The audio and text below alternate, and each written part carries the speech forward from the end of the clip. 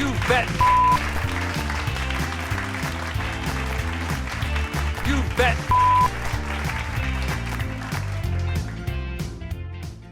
Yahweh! I don't really start episodes like that on this. What's up, Fudgebaggers? Welcome to Midweek Freak Treat. Fat Chance, minutes 10 to 15. You're in. Howdy, partners out there in Fudgebacker land. This is Jonathan Toilet coming at you live to tape. That's right. I'm Zacharoni Obama. And this week we are watching minutes 10 to 15 of Fat Chance. Available on PureFlix, but we watch it for free on YouTube. So get at us, PureFlix. What is it, Encourage TV? Should we give them a shout out? Yeah, they have sure. a lot of free content. It's beautiful. They're the best. You sent me a video from someone about Encourage TV. Yes, I sent you definitely not a cameo that Kevin Sorbo did for Encourage TV. Might have been. It's very professional, very thought out, very worthwhile to watch. Very heartfelt, filled with love. Yeah. Like the part where he says, "Oh, that sounds like a good thing," and then he backs up. It's like, "Oh, because it is a good thing." I think my favorite part. He's heard from it. I think my favorite part of that Kevin Sorbo cameo that they posted on YouTube and watermarked to erase the watermark of cameo on was when there's just 20 seconds of black screen with no sound at the end of it. I think that's my favorite part. You can't cut that out. That's the problem. That is, yeah, that's There's no way. No, it's once you get that, once it's recorded, it's there forever. So you're hooped at that point. Sorry, bud. Why was the record button on for that determinate amount of time? Who knows? Who could say? Only God knows why. Yeah, we should write that down. Ask him. That's really good. Yeah, we should write a song called Only God Knows Why. I think that'd be pretty cool. I wonder if I could fit like a tattoo of all the questions for God on my back. Oof, woof. Maybe like personal questions or questions that everyone has had throughout all time. Because if that's the answer, then no, I can confidently tell you can't. But if it's your questions, you might be able to. Well, I want to fit all of the above. Then I'm saying you can't unless you get. What if I like do it microfiche wise? Like somebody has to, tattoo me very, very small. Whoa. And then through God's eyes, he can microfiche it up to his level. I see what you're saying. Yeah. So like the clouds and the refraction of the sun off of the Earth's atmosphere act as a sort of microfiche for God and projects your back tattoo up into the heavens where God can then read it and go, oh, he wants to know why he has so many pubes. Well, I don't know. He's lucky. He's got Bavarian heritage or whatever. And the rapture isn't for another 5,000 years, so he's not really watching for it. It could be to any minute, man. What are you talking about? The rapture could happen at any time. The signs aren't there. The signs are there. Have you seen? I don't think think what's going on in the signs are China? there. It's signs. The way I read the Bible, which I do, bragger. Well, to the end, even. He's standing up. He's showing his peener to me right now. He's going, I look at the Bible, and on his peener is all of his questions tattooed. It's astounding. Pretty good place to put a tattoo of the Bible on your peener. It's a funny prank on God, because then when he zooms out of the microfiche, he goes, wait a minute, that's your dinger. And you go, yeah, you made this. And you both laugh. You have a good laugh. It's funny to him. God pulls the lever, you fall down into hell. It's fun. Of course, he knew this was going to happen the whole time because he's created the Song of Life, and we just flow through it. Beautiful. I love it. That's God created the Song of Life, and we just flow through it. Put it on a shirt. Well, when you take it out of context, it sounds a little stupid. No, it sounds great. I put it on a mug. I support this. Saying. I'm behind it. I support this mug. Yeah, God is like Pharrell. He creates the beautiful songs, and we flow through them. Exactly. Yeah, the Song of Life is blurred lines. Everybody knows that. Oh, the Rolling Stones. Well, I guess we went different directions. I was making a blurred lines joke. You were talking about the Rolling Stones, so. I said notes. I didn't say Rolling Stones, but we were talking at the same time, so how could you know? You said rolling notes. Rolling Snoats. So what did you think of minutes 10 to 15 of Fat Chance? Well, first off, we're hit with a huge reveal that Justin went to state for studying business. school. We said different things at the same time, but both were correct. Yeah, and they both had a heart of 1,000 suns behind the meeting. Yeah, oh yeah, he's got the heart of a lion. That's for sure. And I could have turned it off there, because that's all I wanted to know. My first note is studying business. Right, because the S is kind of in the wiggle room of the 10-minute slot. It's like he starts, like 9:59 is S, and then 10 is studying. So you kind of got to play with the hand you're dealt, you know? So based on this watch, we don't really know what he's doing in school still. What do you mean? He's He's studying business. either tuddying or S. Right. He's tuddying business, and maybe we'll find out what tuddying means, but not this week. Yeah. This week. That's nonsense. This week, this 5 minutes is all about Erin, baby. These scenes with Erin are a masterclass in writing a horrible psychopath for a movie, and I am here for it, and I love it. Erin shot to the top of my favorite characters list with this 5 minutes. Top of your list. Top of my you list. Love a villain. You love a good villain. I love a good villain, because here's the thing. Here's what I figured out about Erin in this 5 minutes that we watched. She has a fat mom. I'm putting that out there right now. Erin has a fat mom, and she hates her mom because her mom, I'm guessing her mom wasn't always fat, and then her mom became fat, and Erin resents her mom for that and is taking it out on Allison. That's my I have a book by Nostradamus that I read it out of, and I think he's correct on this one. Okay, I'll take it one further. Yeah. And say her grandmother is super large. Well, and her mom always resented her grandmother for it, so she's put that resentment on her daughter. Well, I'll put you one further. I think her great-grandmother is super fat. And her grandma resented her great-grandmother, and now the resentment from her grandma to her great-grandmother has passed down through Erin's mom, who is also super fat, and into Erin, who is skinny now but will be fat later in life. And honestly, it's the fat on the inside that matters, not the fat on the outside. Yeah, that's probably it. You mark my words. If I know anything about movies, I stake my reputation on this claim. Erin is going to have a fat mom or some kind of fat person in her life who she hates. I guarantee it. And you think we're going to meet this person? Yeah, I think at the end of the movie, near the end of the movie, there's going to be a revelation about Erin. Now, granted, they have to cram that into the next 45 minutes because that's how much time, 55 minutes is left in this movie. So, but we're on the back stretch already. Yeah. We're looking at the ass end of this movie. Yeah, we're looking at Allison's ass end bump into Erin while she's drinking the stolen coffee that she has. Which is tragic. After the whole incident that just happened at work, this is soul-crushing. Unbelievable. And Erin lets her know how unacceptable it is that she could bump into her in public like that. Hey, quick quiz for you. What's the boy's name that she's sitting with? Justin. Oh, damn it. I didn't know what it was, so I thought maybe you had forgotten too, and I was going to catch us both in forgetting, but it's just me. I looked it up. It could be wrong. You coward. No, it is Justin. Don't look things up. Go by your memory. I can't. It's mush. No, that's fair, yeah. Okay, yeah. This is the first scene where Erin is just a rotten person on the inside when she yells at Allison in front of everyone, if you would lose some weight, maybe you wouldn't have such a hard time being normal. Which is like ruthless. But not as ruthless as what she says coming up, but it's still pretty bad. It's hard hitting. It's time sensitive.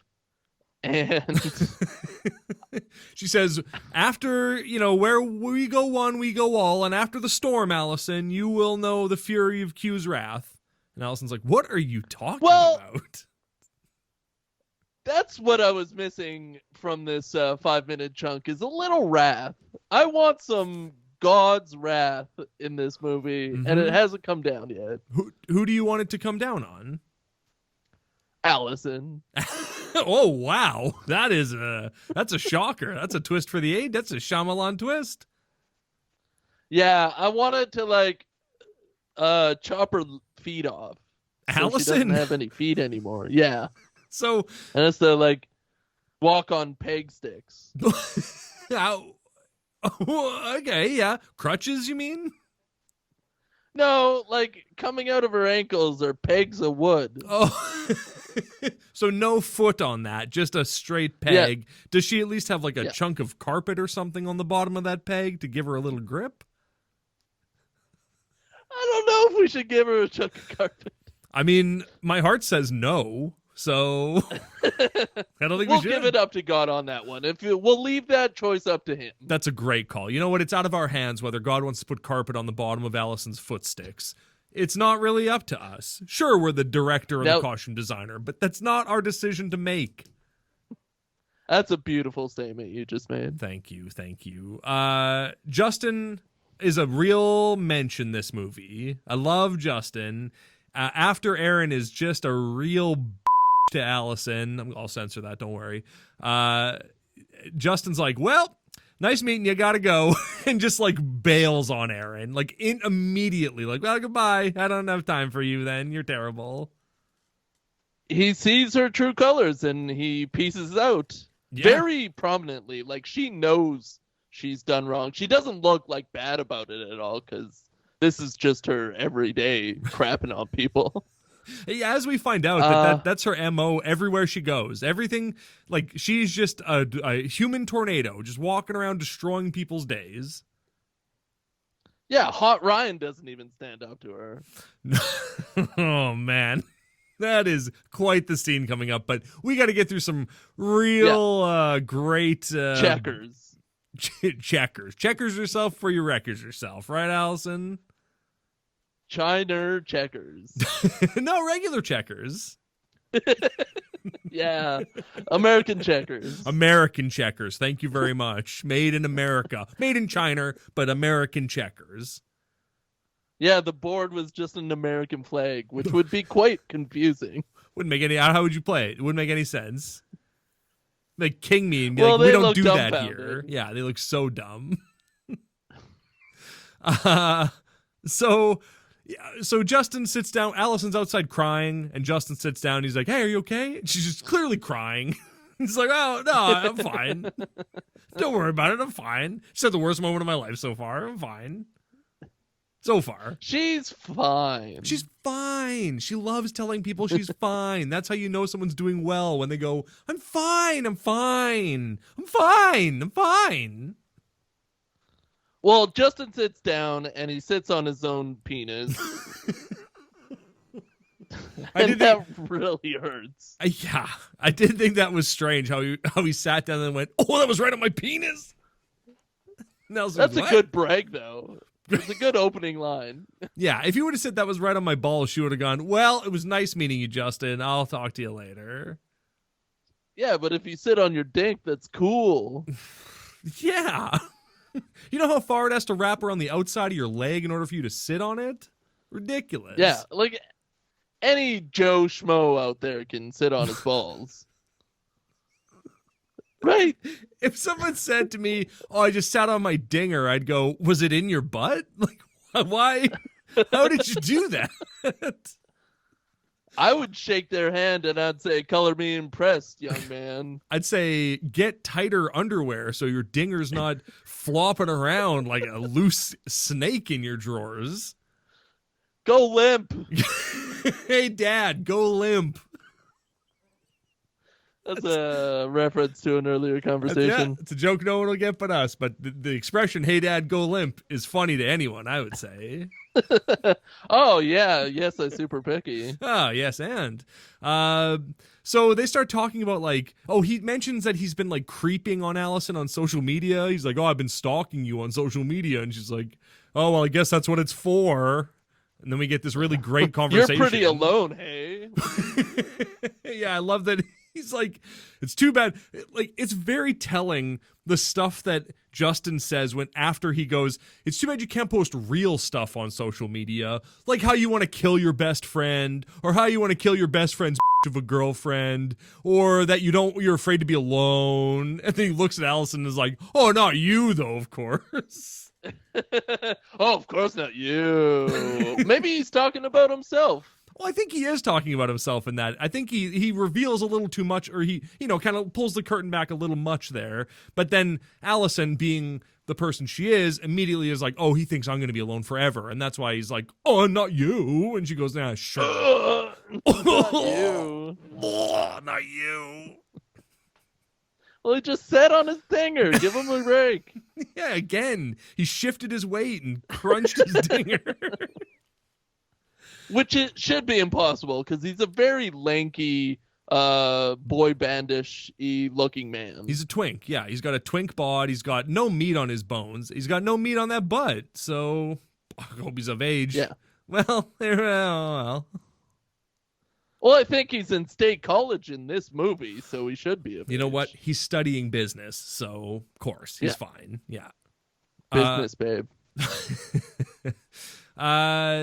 What a cool guy Justin is. He's got a dinger so big he sits on it, pops out of his butt and he sits on it, and he's nice. Multiple times. Yeah, and he says it every time. Oh, that was my mushroom cap. Nelson goes, please don't express it like that to me. Say it a different way. Allison never heard that before, and she didn't want to hear about mushroom caps, and it's so vivid in her mind now. Well, yeah. Now she can't picture anything but mushroom cap. The image, like when he said that, she pictured his dinger, but on the top of his dinger, she pictured it all red with like white dots all over it, like a real mushroom cap. And she was just like, I don't want to see that, let alone put that in me in any kind of way. I don't blame her. Oh yeah, it has to go in. Oh, you want to put that in me? Oh, no, not me. I'm allergic to mushrooms. No. Oh, no, it's Me no speak it English. Oh, whoa. Hey, can I ask you an embarrassing question? Yeah, it's time for you to be embarrassed. What do you think of those online dating sites? Is that an embarrassing? Is that an embarrassing question? Is that even a question worth asking anyone? Like, what are you trying to get, Justin? For a business major at a state college that goes to church youth groups, that's embarrassing. Yeah, fair enough. Why do you need online dating when God has ordained someone to be your soulmate? And you're just going to bump into them at the bookstore or something like that somewhere in life. Hopefully soon. And you obviously want to stick your mushroom into Allison. Yeah, of course. She says, like, don't tell me you can't get a date. And he goes, well, I'm kind of specific. And it was like, oh, okay, that's cool. Good for you, man. Go after what you want. Like, get what you want out of life. You don't want Erin. I get it. Allison's more your speed. Then go for it. But instead, he just backs down like a chicken. Who would want Ellen? Is her name Ellen? Well, no. Who? Did you combine Allison and Erin into one person named Ellen? I sure did. Who's a fat Ellen. Hi, I'm Ellen. I've written them all down. Hi. So I guess that's an embarrassing question. They're playing checkers the whole time, which is supposed to be like, oh, what a battle of the wills this is. It's a real bing bong, bing bong. They're moving these checkers around. And finally, at the end, after he says something nice to her, he goes, king me. And she goes, oh, gosh. Oh, totally. Gosh. You win, pal. You win. Open sesame. You know what I'm saying? You should have to play checkers on every first date so somebody can get gamed. It has to be very casual though. Like you can't be, the checkers have to be beside you and you're just casually farting out moves. You're not really paying much attention. You're just kind of like, let's play some checkers. Yeah, it's like the new shaken not stirred moment in a relationship. Exactly. It's that moment where you need to do something with your hands or else you're going to start grabbing each other's genitals and you just I got to keep my hands busy. Like, let me touch the salt or something. Show me your hands. We're here at Tony Roma's. I don't want to do this at Tony Roma's, please. Famous for ribs. Oh, famous for being closed now. See you in hell, Tony Roma's. We showed each other our hands. We showed each other our hands. As he asked. So then we get this great exchange where the other guy, the best friend who Justin wants to kill, comes in and is like, hey, Justin, my girlfriend wants to go downtown. You know what that means? And he sticks his fingers on either side of his mouth and puts his tongue between them. And he's like, hey, we got to go. We got to bye. And so he has to leave. Sorry, bro. Yeah. We do get one key piece of information from Justin. Yeah. And that's the verification that he volunteers at a kids' camp. The camp exists. Every summer, he volunteers at a children's summer camp. Every summer. Every summer, from the moment he was born. This guy's going to fail at business. You can't volunteer your summers away. Right? Yeah. Good luck. Make that cash. Good luck telling the bank that you volunteered all your time and money away. You idiot. How are you going to pay back that loan? Yeah. Good time telling Uncle Sam. Yeah, exactly. Your Uncle Sam who gave you a loan to go to school. Good luck telling him. He's going to be so disappointed in you. Yeah. But they both have big dings, so they're in the big ding club. Of course. They both sit down at the same time and go, woo! Right on the cap. That's how you know. They know. Yeah, they know what's up. So this is a very mean thing, I thought. But I thought it, so I have to express it. Ooh. After he leaves, at the end of the scene, Allison, she reaches down and picks up a checker. Did you think she was going to eat it in that moment? I really thought she was going to, just the way she reached for it. I thought, well, that checker's going in her mouth. There's no way that checker's not ending up over the lips and past the gums. This might be the worst thought you've ever had. No. The way she reaches for it, you could in a different movie, I could see her picking it up and eating it, and that being a gag in a different, worse, or maybe better movie. I don't know if I can yes and this one. I not had a lot of asking you. moments going through my head. Tell me all your thoughts. I can't even tell you my thoughts.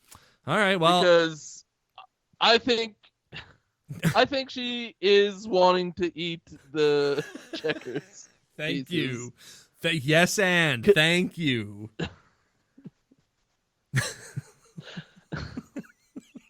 I shut it down. You heard it here first, ladies and gentlemen. Jonathan Toilet thinks that she wanted to eat all of the checkers. I said one. He said all. So I said all? I think so. I'm saying you said well, all. Well, if you're going to eat one, why wouldn't you eat them all? Once you pop, you can't really stop, you know? It's like, somebody stop me. Somebody pop me, you know? I do know. Yes, and. Yes, and, yeah. So she doesn't eat the checker. Instead, she, jumps 6 of his pieces and then kind of smiles to herself nah, I won. Nah, this guy thought they were all legal moves. They looked legal, very legal. If the checkers are lined up, you can jump them all, baby. Checkers, please check in about 13:27, somewhere around there. I think so. I did like when you were like, checkers, please, and you held your finger up to the waiter, and he was like, what? Excuse me? Let me see your finger. My finger's wet. Yuck. You've been talking to me for 35 minutes. How did it get wet? I didn't see that happen. Go limp. Hey, Jonathan, go limp. So, oh no. All right, let's race to the end here. So Allison starts making a dating profile at work. Go for it on Unite. Not real. Unite. Worst name for a dating service ever. The letter U and then night? The word night as in N-I-G-H-T, not as in Knights of the Round Table, as in the time of day when it's dark out. You know, a knight. That would have been cool. Yeah, if that was the full name, unite, not as in a knight of the round table, but night as in it's dark out. Is there something in the Bible that tells you not to have sex during the day? Is this what this is in reference to? I think so. I think that's one of the commandments, because Moses famously dropped a tablet of other, like there was supposed to be 15. He dropped a tablet, and he lost them. And one of them, I think, was whatever you said, no jacking off on Sundays or whatever. When there's light out. When there's light out, that's it. Yeah. You can get your freak on whenever you want as long as it's dark outside. So during a solar eclipse, that's prime time. Oh, prime time. Maybe that's why there's a bunch of orgies during the eclipse. Maybe. Well, we find out in The Investigator that an orgy can't last longer than 7 hours. So, facts. That makes sense. That makes Friction sense? just doesn't work that way. No, the lube budget alone, the colored grease budget alone for that party is through the roof. You couldn't afford it. What is Vanilla Sky? Get out of here. Lube feels weird. I mean, it's too lubricated. Mm-hmm. Give me a crammier lube. Like a colored grease is what you want.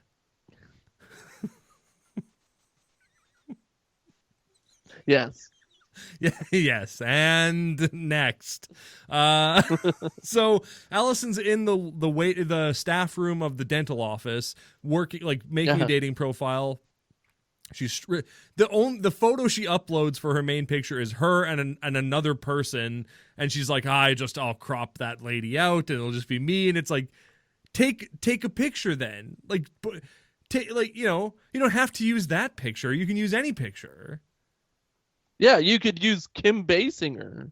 Well, I mean, with how this turns out, she could have used Kim Basinger. Yeah, I think she's very insecure. What tipped you off? The first 10 minutes mostly, and then probably half of the first 5 minutes of this one. Yeah, that's fair. I'd say the whole 5 minutes. I'd say all of this 5 minutes, I say she's pretty insecure.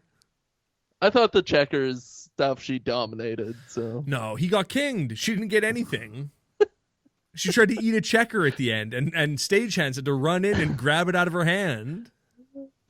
She was working toward a king. He wanted to. I know, she was trying to get Justin. I know. Yeah, justice. Working her way towards a king.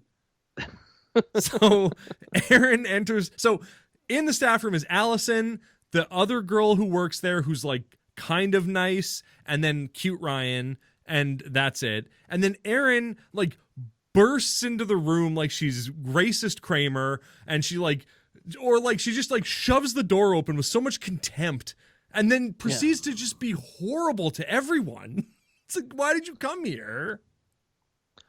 I don't know how she gets from point A to point B in the day without being crapped on. Is society just a bunch of cucks that won't stand up? I mean, that's society in Donald Trump's America at the time. Yeah, a bunch of cucks, a bunch of loose liberal soy boys who can't even stand up to a mean lady. Yeah, mean Ellen. Yeah, exactly. So Allison tries to shut her laptop, but Erin kind of gets a glimpse, and she's like, "Was that you, Knight?" No. She goes, "Oh, fat chance." I was like, "Oh, I love a movie set in the movie." Early. We get it real early, and from the villain. Yeah, I hope that it's said a lot more. I hope that Allison, I hope that that's the first time Allison has ever heard that expression, and then starts saying it all the time in her daily life. Yeah, like to all the kids at the camp. Yeah, all the kids at the dentist. Are you going to have any cavities this time? Fat chance. Fat chance. Put on your cool just guy after shades. Halloween? Ooh-wee. Good luck, kid. Good luck. Erin's wrong about what a neckbeard is, right? Like Yeah, it's when you try to lick the back of your neck. Yeah, it's when your dinger's so long, you can put it not only in your butt, but up your back and kiss the back of your neck with it. Well, it proves you can suck your own dinger if you can lick the back of your neck. Yeah, can you throw it over your shoulder like a continental soldier? Those don't really rhyme, yeah. But Erin says that a neckbeard, she says that the only guy that'll date Allison is a neckbeard. And she says that a neckbeard is a guy who grows a beard to hide his fat neck. But my understanding of it is like, it's a guy who has like really crappy facial hair that only grows on like the bottom of his chin and his neck. And like not really on the cheeks or like in the front or anything, like just bad, ugly, patchy, gross beard. Am I wrong? That I always thought that's what that was. Honestly, I think I'm going with Ellen on this one. I mean, you're probably right. Maybe I'm wrong. I don't know, but I don't want to support feel like Erin in anything. You're writing a script like this, you look this up. Right, you go to Urban Dictionary, you buy a mug that has the definition of neckbeard on it, you slurp the yiz out of that mug every day, and then that works its way into the script. Yiz. Well, according to one definition, it's just somebody who's socially awkward and underachiever. Well, yeah, the doy, of course. Yeah, Allison, someone who's socially awkward. No, she's doing it big. She's going to be a dental assistant. That's big money. That's big money. Do you have the meanest thing Erin says in this movie written down? I don't think I do. So Erin is like just like taken aback that Allison is trying to date someone, and she goes, "For real, Allison, who is going to want you?" And then the other girl goes, "Erin," and Erin goes, "No offense." Well, full offense, Erin. Full offense. The most offense that anybody's ever meant in their entire life is equal to that offense. That is all offense. Yeah. She basically, like, if she had spit in Allison's face at the end, it would have been less offensive than just the way she said it to her. Yeah, and you have to at least say no offense right after the mean thing you said. Yeah. You can't wait for somebody to call you out and then say no offense. And we know you know how that works because you've been saying no homo this whole movie, Erin. So you don't get to then pretend you don't know how no offense works. Ugh. It's earth-shattering, the depths of her insanity and her psychosis. Erin, no offense. It was just a joke, you know, when I spit in your eye and said, "No, who is going to want you?" That's so funny. I'm the work clown. Everybody thinks I'm funny here, you know? The dentist loves it. She probably would have a good hour special. Oh, yeah. I bet she could just roast Allison for an hour and probably make a joke. Probably at least 45 minutes. Then do Oprah for 5. Mm-hmm, mm-hmm. And she'd probably make a sick joke about like she's roasting Allison so much, like she's like a you know, like they're having a pig feast or something like that, or you know, like a pig cookout or something like that. She'd probably make a joke like that. That's what I'm saying. You know, you with me? I think so. Yeah. I know what you mean. I'm happy the movie is what it is, but I wish that this movie was actually about Erin and not about Allison, and that Erin were to get cursed by a Roma with she'd like run over a Roma lady in the street and she'd be like fatter, and then Erin would just slowly put on a ton of weight over the movie until she's like on My 600-Pound Life or something like that. So great. Thinner, but the opposite. The opposite of thinner, yeah. Bigger, thicker, I guess is what it would be. That's a weird curse. I still haven't. Should I watch Thinner? You should read Thinner. It's fine. It's fine. Yeah. Thicker. So, oh yeah, and like Erin at one point is like, yeah, the only guy who'd want to date you now is like a chubby chaser. Maybe you could get a chubby chaser. And then she just leaves the staff room. So she came into the staff room to take a big steaming dump on Allison and then just leave again, like waving and like shaking her hands like she won a big award or something like that. And then everyone else just has to sit there awkwardly in the environment she's created. It's pretty brilliant. Well, she's definitely on the dentist side, or banging the dentist, or a cousin of the dentist. Probably a cousin of the dentist, yeah. I don't think she could land the dentist, yeah. Not Cute Ryan. Well, no, the older dude in the first episode. I know who you meant. I was just saying that guy is Cute Ryan, the dentist.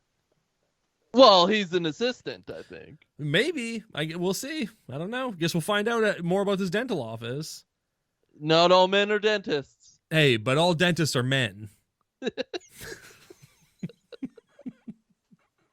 Oh, I wish we could have ended. I mean, we could have. We're 34 minutes into this, but there's still stuff we have to talk about. So exactly. We have to talk about how awkward it is when instead of saying anything to Allison after Erin just rips her face off, everyone just, like Cute Ryan and the other girl, just awkwardly and slowly get up and walk out of the room and don't even acknowledge Allison. Like, and she's just sitting there like on the verge of tears, and the other two are like, okay, well, we're leaving. Goodbye. But they don't even give her that. No. They just silently walk out the door. I feel like at least the blonde girl like makes an attempt to pause. Yes. And like visually tell Allison that she feels sorry for her. Cute Ryan just kind of exits the room. Yeah. The look that the other girl gives Allison is like, I'm sorry I didn't stand up for you. I'm very intimidated from Erin. When I was younger, my older sister used to bully me a lot. And so since then, I've had these scars with women being mean to me. I'm very, docile towards them. And it's hard for me to stand up, against somebody who's a tyrant like that. And so unfortunately, you have to suffer the brunt of it because I'm afraid that her wrath will get turned on me if I, stand up against her, because Erin is unstoppable in my eyes, and I don't know how to address her and deal with, the drama and the absolute negative horror she brings into my life every day. And that's what that 1 second look from the blonde girl says to Allison. Yeah, the look says a lot. It says everything, and I feel like Allison accepted that. I think she knew, she understood. She looked and she kind of gave a nod and was like, thanks for consoling me. And then went back to making her dating profile. Alley Cat 28. Alley Cat 28, and she's cropping out the wrong girl out of the photo. Crops herself out, keeps the other woman in what is a bad picture of the other woman, like a way better picture of Allison. And then the crop she does of the other woman, half her head is cut off, and most of her left arm is cut off, and it's just like, yeah, you're doing her a disservice, really. Allison's lips look so juicy in that photo. Yeah. Yes, and yummy. Just want to lick them up. Yummy, like a pair of Swedish fish. Like an apple pie soft serve ice cream. Like lips filled with Swedish berries. That was the first thing that came to my mind that I wanted to lick real hard. What's your first thing? Like eyes. Like someone holding their eye open and I get to lick it. That's probably what I'd want. Having known your Holy Spirit for at least like 100 years. Yeah. That tracks. Yeah. About me. Well, I've never done one of these before, so I'm not sure what to say. I have a passion for pediatric services. No, you don't. You're a vet. I like movies and music. I'm fun and laid back. No, you're definitely not either of those things. Message me if you'd like to chat. And that's Alley Cat 28's dating profile. I almost looked up the definition for pediatrics because she's a dental assistant, right? Yeah, and I think pediatrics is like kid doctoring. Uh-huh. Which, like, I guess you're tangentially related to that in that we saw you work with a kid once, but like adults come to this dentist, I'm sure. You put sunglasses on a child. I'm very interested in pediatric care, like putting sunglasses on a child. That's pretty poetic. Thank you. I didn't write it. Alley Cat 28 wrote it. I just stole it. Yeah, with her heart. Yeah. Yeah, straight from her fart. John, what did you think of minutes 10 to minutes 15? I'm really excited to see what happens to Justin's computer on the other side of the scene. Mm-hmm. I think they're never going to get to the camp. That the camp in the trailer is just a prank on the viewer. It's a red herring. I think you're right. I think this is going to take turn into a mystery for missing Erin / Ellen. Yeah, okay, all right. So you think she's gonna like get kidnapped? Yeah. Oh, I guess we won't find out in the next 5 minutes if she's been kidnapped. But you think she's gonna disappear in the next 5 minutes? Stabbed, kidnapped, blown up. Oh God. Some tragic. Right. Someone writes on their social media, "I just want to kill Erin," and also I'm afraid of being alone. Up. That would be if she like did like spontaneous human combustion. Yeah, and that's where God comes in. Of course, yeah. Yeah. Erin bursts into flames, and Allison goes, "Oh my God, God does exist. He answered my prayers." I want a Christian movie focused on spontaneous combustion. Me too. When I was a kid, I was very concerned about spontaneous human combustion. I thought it was going to be a real part of my life, or like a real thing that was going to affect me in some way. I certainly thought about it more than I did in my adult life. I know so far. If I pictured like my dad bursting into flames, I would have to yell out, "Dad, go limp!" Go limp! I thought the music would start if I thought we could time that out. Said the right thing? Yeah. There it is. You bet! You bet! This is a long one. Oh, very long. You should find audio cues for sound.